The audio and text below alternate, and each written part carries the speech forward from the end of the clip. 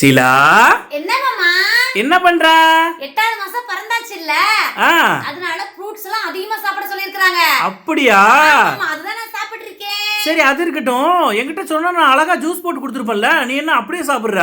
மாமா, டாக்டர் சொன்னாங்க எந்த பழமா இருந்தாலும் இப்போதைக்கு ஜூஸ் போட்டு குடிக்க வேண்டாம், சவச்சு மென்னு நல்லா பொறுமையா சாப்பிடுங்கன்னு சொல்லிருக்காங்க மாமா. அப்படியா?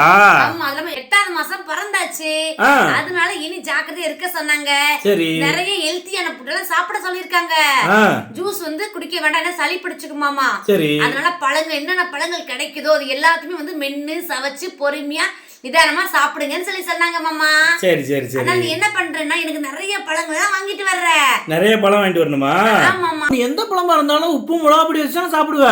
ஆமா, இப்பதானே உரிச்சிட்டு இருக்கேன். சரி, உரிச்சிட்டு ரெடி பண்ணி சாப்பிட போறேன். அப்படியா? ஆமா. அப்ப நான் வகை வகையா பழம்லாம் வாங்கிட்டு வரணும், நீ அதை உப்பு மிளகாய் பொடி வச்சு சாப்பிடுவ, அப்படிதானே? ஆமாம்மா, எல்லா பழத்தையும் உப்பு மிளகாய் வச்சு சாப்பிடுறது நல்லதானே.